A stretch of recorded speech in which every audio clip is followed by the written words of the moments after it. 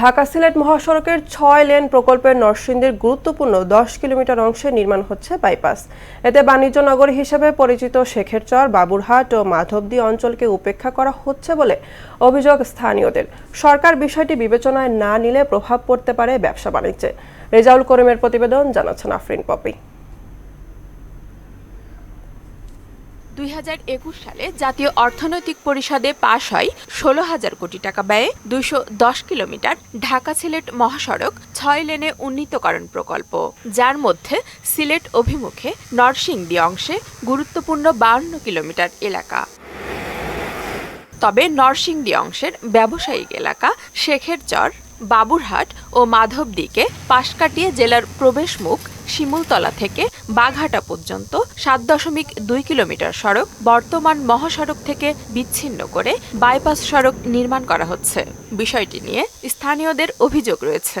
মাধবদী বাবুরহাটকে কেন্দ্র করে অর্থনৈতিক যে একটা বিপ্লব ঘটেছে, এটা একটা মুখ থুবড়ে পড়ে যাবে।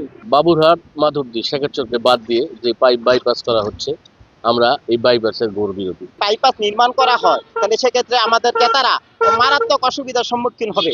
হাজার হাজার মানুষ আমরা ক্ষতিগ্রস্ত হব।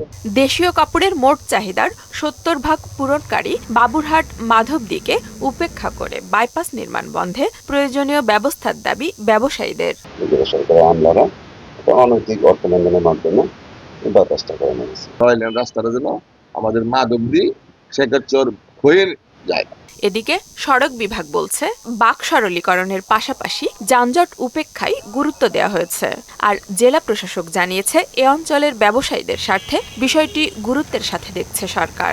এই প্রকল্পটি বিদ্যমান সড়কে যদি ৪ লেন উন্নীত করা যায়, তাহলে মাধবদী শেখেরচর বাজারের যে ঐতিহ্য রয়েছে সেটা ঠিক থাকবে, সময় কমবে, যানজট কমবে এবং সর্বোপরি নরসিংদীর মানুষের জীবনযাত্রার মানের উন্নয়ন ঘটবে।